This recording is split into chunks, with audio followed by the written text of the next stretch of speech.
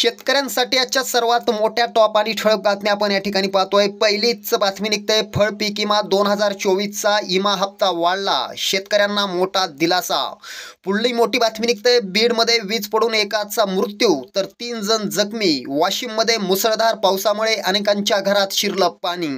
पुढली मोठी बातमी निघते, जास्त दरात कापूस बियाणे विक्री करणाऱ्या कृषी केंद्रांचा परवाना निलंबित।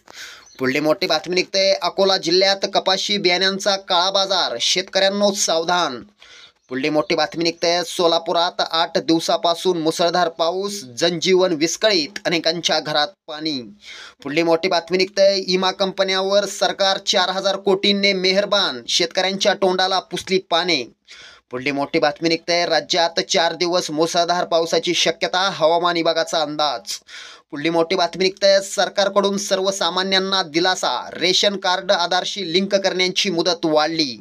पुढली मोठी बातमी निघते, शेतकऱ्यांवर पांडुरंगांची कृपा, 1,90,000 शेतकऱ्यांच्या खात्यावर 113 कोटी रुपये विमा रक्कम जमा। शेतकऱ्यांसाठी या होत्या सर्वात मोठ्या टॉप आणि ठळक बातम्या। धन्यवाद।